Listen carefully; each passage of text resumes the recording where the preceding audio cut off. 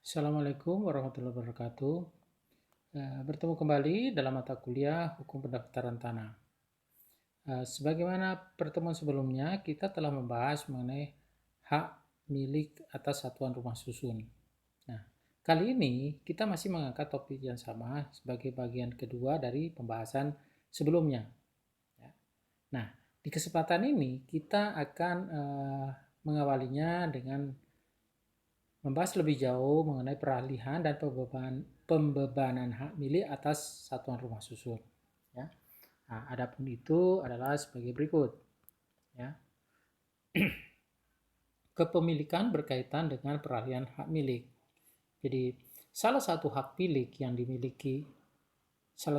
yang dimiliki oleh pemilik satuan rumah susun terhadap satuan rumah susun miliknya adalah berkaitan dengan peralihan ya hak milik atas satuan rumah susun tersebut kepada pihak lain. Nah, selanjutnya, ketentuan peralihan hak milik ada pada pasal 10 Undang-Undang Nomor 16 Tahun 1985. Ya, pada ayat 1-nya mengatakan hak milik atas satuan rumah susun sebagaimana dimaksud dalam pasal 8 ayat 3 dapat beralih dengan cara pewarisan atau dengan cara pemindahan hak sesuai dengan ketentuan hukum yang berlaku. Nah, pemindahan hak sebagaimana dimaksud ayat 1 dilakukan dengan akta pejabat pembuat akta tanah dan didaftarkan pada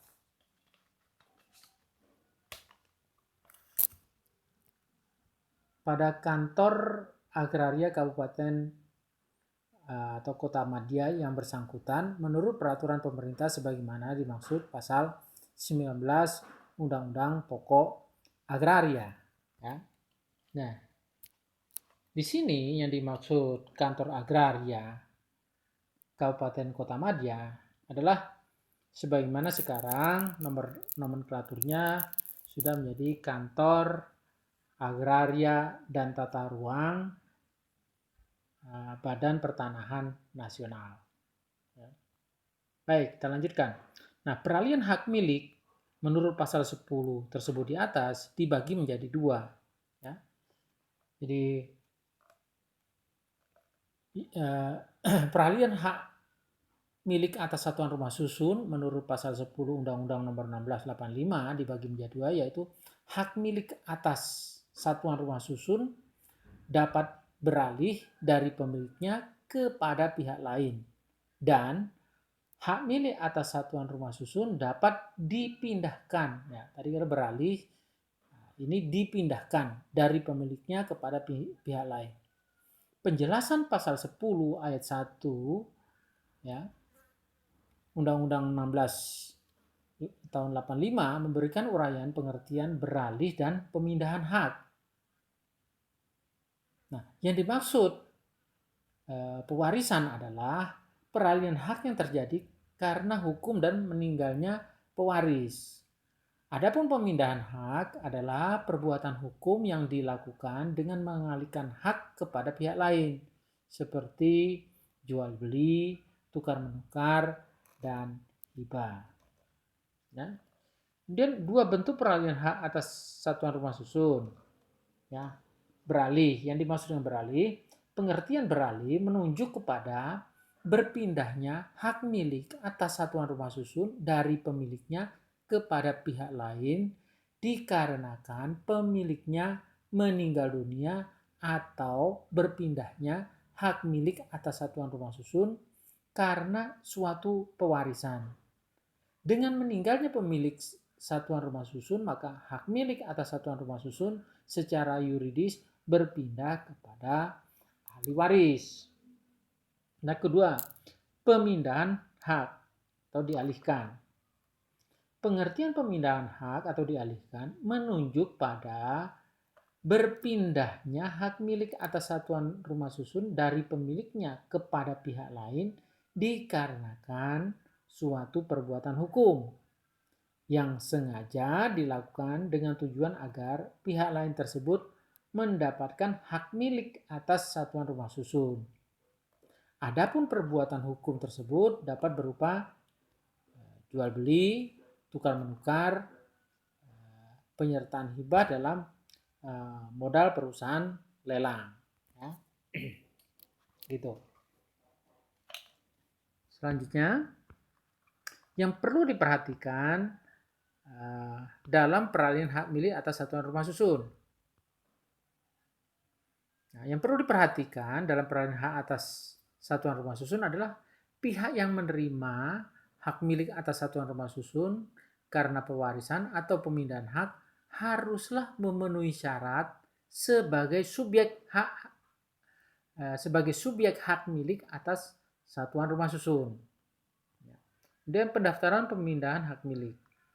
Berdasarkan ketentuan pasal 10 ayat 2 Undang-Undang 16 tahun 85, pendaftaran pemindahan hak milik atas satuan rumah susun dilakukan menurut peraturan pemerintah sebagaimana dimaksud pasal 19 Undang-Undang Pokok Agraria. Nah, peraturan pemerintah yang dimaksud di sini adalah peraturan pemerintah nomor 24 tahun 97 tentang pendaftaran tanah yang mencabut peraturan pemerintah nomor 10 tahun 61 tentang pendaftaran tanah. Kemudian pendaftaran pemindahan. Dalam peraturan pemerintah 24 tahun 97 diatur pendaftaran pemindahan hak milik atas satuan rumah susun melalui jual beli, tukar menukar, hibah, pemasukan dalam perusahaan, dan lelang. Selain itu juga mengatur pendaftaran peralihan hak milik atas satuan rumah susun karena pewarisan.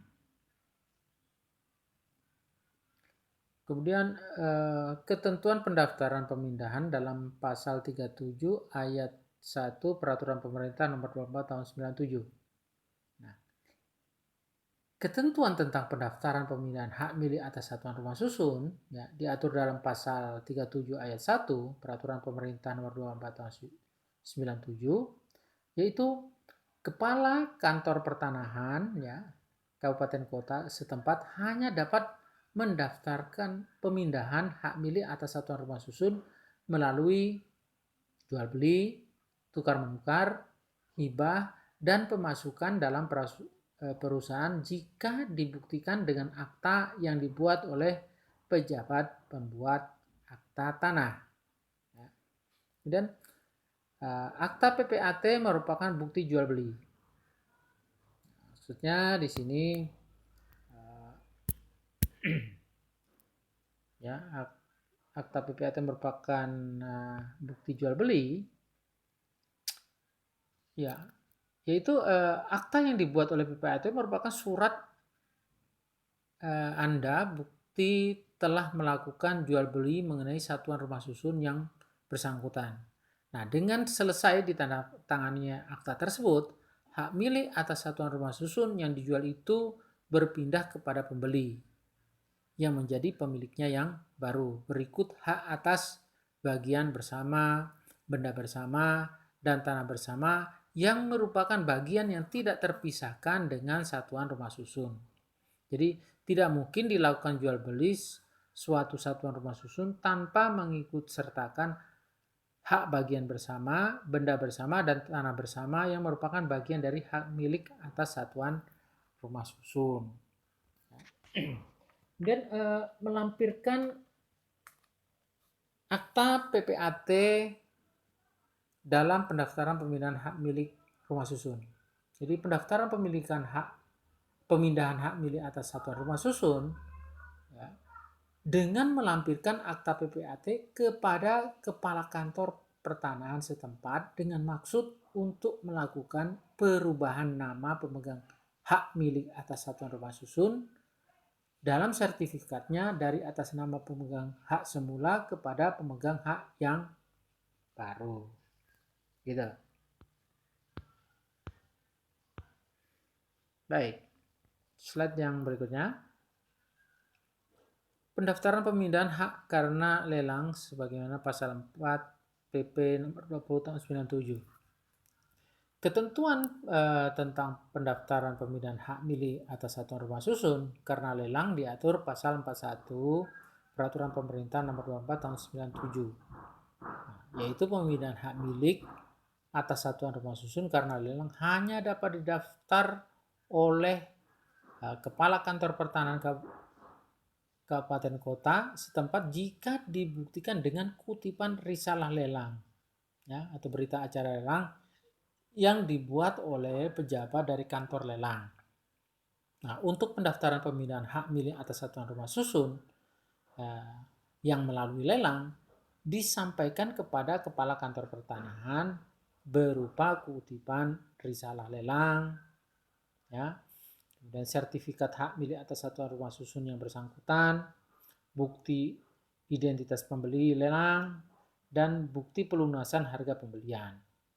Nah, pendaftaran pemindahan hak kepada Kepala Kantor Pertanahan setempat ini dimaksud untuk dilakukan perubahan nama pemegang hak milik atas satuan rumah susun dalam sertifikatnya dari atas nama pemegang hak semula kepada pemegang hak yang baru atau pembeli lelang. Kedua, pendaftaran pemindahan hak karena pewarisan. Ketentuan pendaftaran peralihan hak milik atas satuan rumah susun karena pewarisan diatur dalam pasal 42 Peraturan Pemerintah nomor 24 tahun 97, yaitu untuk pendaftaran peralihan hak milik atas satuan rumah susun karena pewarisan wajib diserahkan oleh yang menerima hak atau ahli waris kepada Kepala Kantor Pertanahan setempat berupa sertifikat hak milik atas satuan rumah susun yang bersangkutan, surat keterangan kematian pemilik satuan rumah susun yang dibuat oleh pejabat yang berwenang, bukti identitas ahli waris, dan surat keterangan sebagai ahli waris yang dibuat oleh pejabat yang berwenang. Nah, pendaftaran peralihan hak kepada Kepala Kantor Pertanahan dimaksudkan untuk dilakukan perubahan nama pemegang hak milik atas satuan rumah susun dari atas nama pemegang hak semula, ya, pewaris, kepada pemegang hak yang baru. Dalam hal ini ahli waris. Kemudian pengaturan secara khusus peralihan hak milik. Ketentuan peralihan hak milik atas satuan rumah susun yang diatur dalam pasal 10 Undang-Undang nomor 16 tahun 85, di samping diatur lebih lanjut dalam Peraturan Pemerintah nomor 24 tahun 97, secara khusus diatur lebih lanjut dalam pasal 42 Peraturan Pemerintah nomor 4 tahun 1988. Pasal 42 Peraturan Pemerintah nomor 4 tahun 88 menetapkan bahwa ayat 1 menyatakan pemindahan hak milik atas satuan rumah susun dan pendaftaran peralihan haknya dilakukan dengan menyampaikan A. Akta pejabat pembuat akta tanah atau berita acara lelang. B. Sertifikat hak milik atas satuan rumah susun yang bersangkutan. C. Anggaran dasar dan anggaran rumah tangga perhimpunan penghuni. D. Surat-surat lainnya yang diperlukan untuk pemindahan hak. Ayat 2 menyatakan pewarisan hak milik atas satuan rumah susun. Pendaftaran peralihan haknya dilakukan dengan menyampaikan A. Sertifikat hak milik atas satuan rumah susun yang bersangkutan. B. Surat keterangan kematian pewaris. C. Surat wasiat atau surat keterangan waris sesuai ketentuan hukum yang berlaku. D. Bukti kewarganegaraan ahli waris. E. Anggaran dasar dan anggaran rumah tangga perhimpunan penghuni. Terakhir F. Surat-surat lain yang diperlukan untuk pewarisan. Nah, keempat, ketentuan pembebanan hak milik atas rumah susun. Ketentuan tentang pembebanan hak milik atas satuan rumah susun diatur dalam pasal 13, pasal 14, pasal 15 Undang-Undang 16 tahun 1985. Nah, dalam pasal 13 Undang-Undang 16 tahun 85 dinyatakan bahwa dengan tidak mengurangi ketentuan pasal 12, hak milik atas satuan rumah susun sebagaimana dimaksud dalam pasal 8 ayat 3 dapat dijadikan jaminan, maksudnya jaminan utang dengan A. Dibebani hipotek jika tanah hak milik atau hak guna bangunan. B. Dibebani fidusia jika tanahnya tanah hak pakai atas tanah negara. Jadi prosedur pembebanan hak milik atas rumah susun dengan hipotek.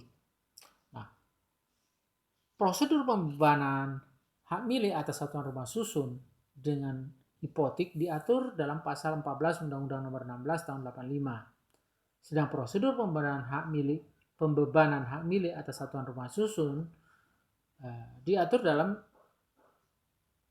pasal 15 Undang-Undang Nomor 16 Tahun 85. Ketentuan pasal 13, pasal 14, dan pasal 15 Undang-Undang Nomor 14 Tahun 85 dilaksanakan oleh pasal 43 Peraturan Pemerintah Nomor 4 Tahun 88, yaitu dalam hal terjadi pembebanan atas satuan rumah susun, pendaftaran hipotek atau fidusia yang bersangkutan dilakukan dengan menyampaikan A.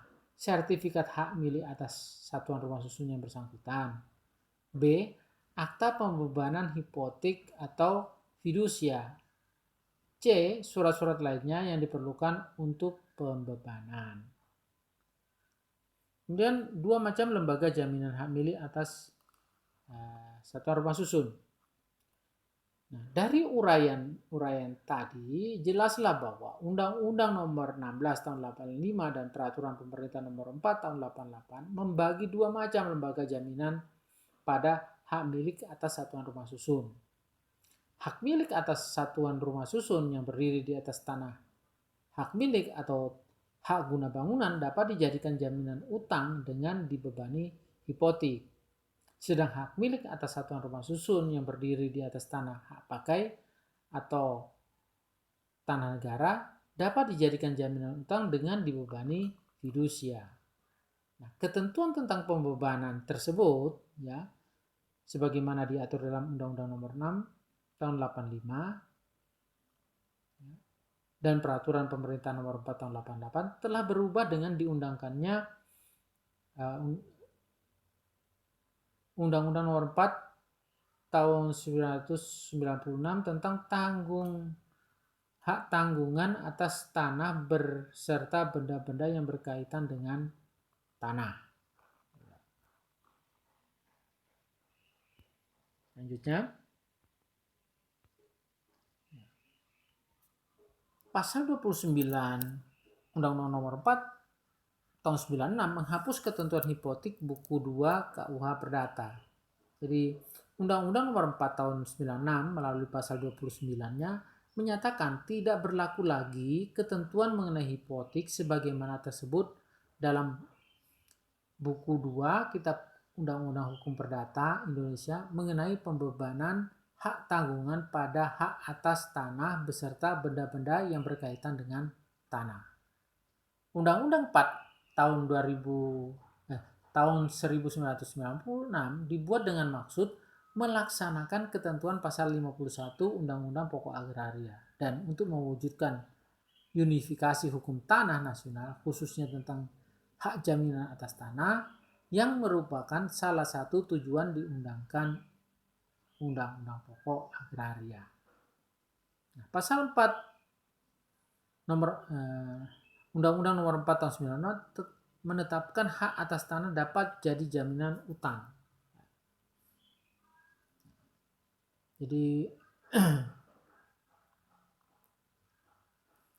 pasal 4 pasal 4 tersebut menetapkan bahwa hak atas tanah yang dapat dijadikan jaminan utang dengan dibebani hak tanggungan adalah hak milik, hak guna usaha, hak guna bangunan, dan hak pakai atas tanah negara yang menurut ketentuan yang berlaku wajib didaftar dan menurut sifatnya dapat dipindah tangankan.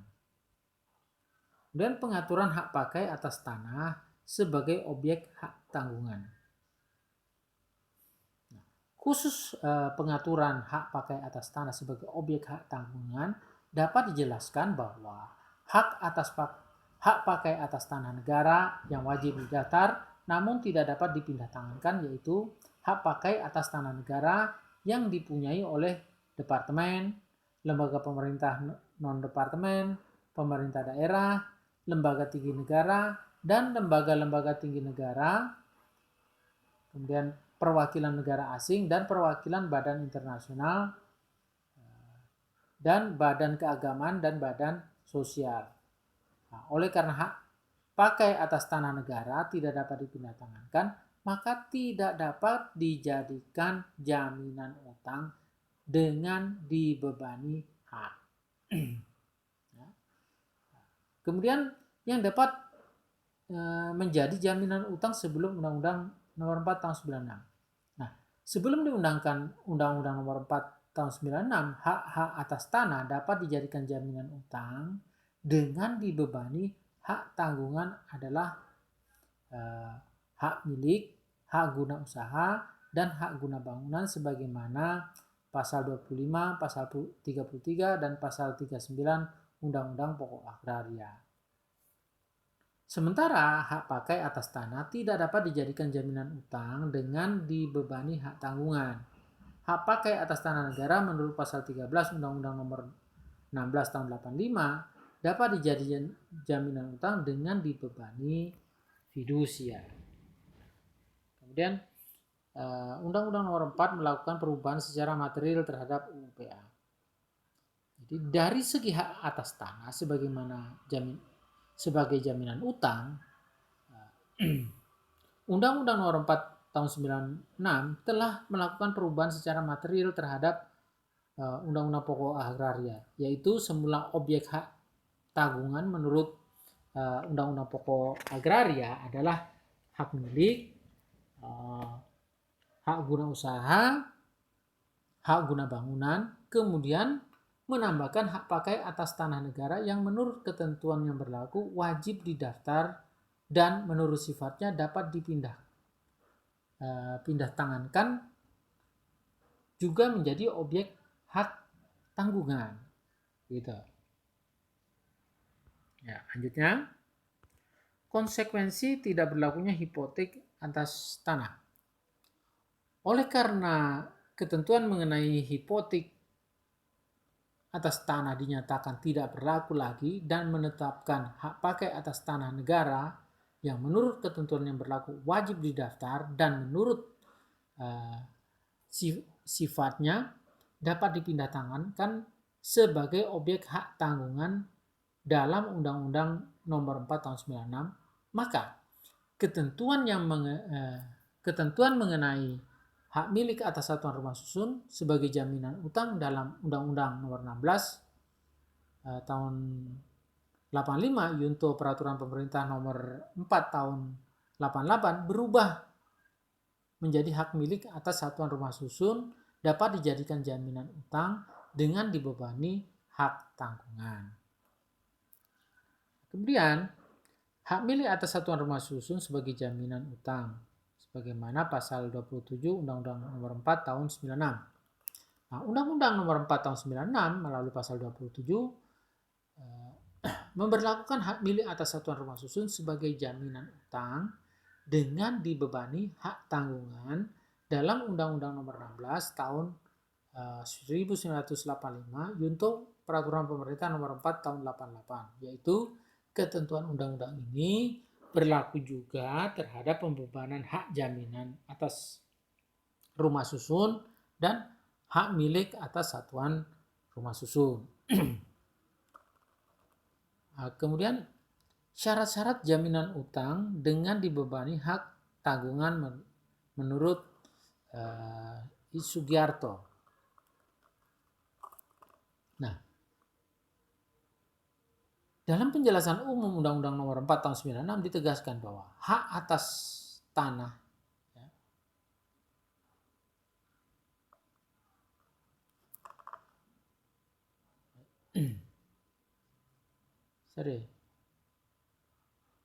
nomor 3 tadi ya, syarat-syarat jaminan utang.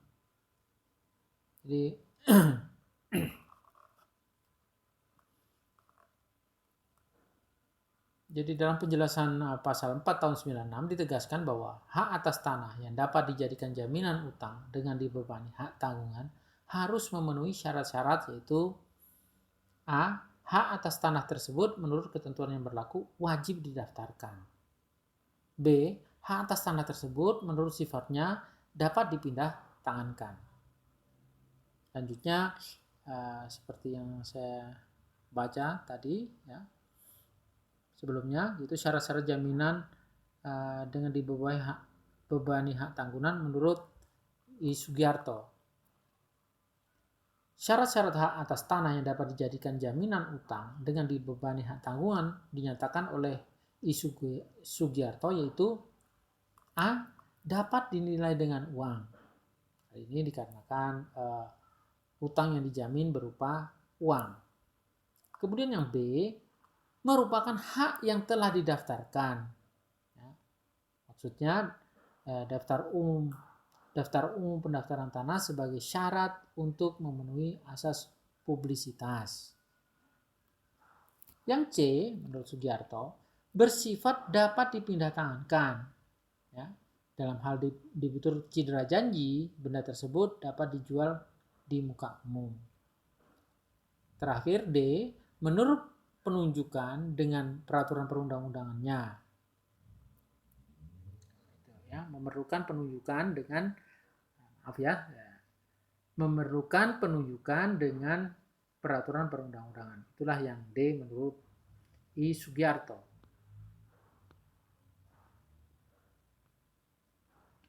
Kemudian jaminan utang dengan dibebani hak tanggungan. Dari syarat-syarat hak tanggungan menurut Undang-Undang Nomor 4 Tahun 96 dan I. Sugiarto tersebut di atas, ya, hak milik atas satuan rumah susun baik yang berdiri di atas tanah hak milik, hak guna bangunan maupun hak pakai atas tanah negara memenuhi syarat dapat dijadikan jaminan utang dengan dibebani hak tanggungan. Dengan demikian, satuan rumah susun yang berdiri di atas tanah hak milik, hak guna bangunan, atau hak pakai atas tanah negara dapat dijadikan jaminan utang dengan dibebani hak tanggungan.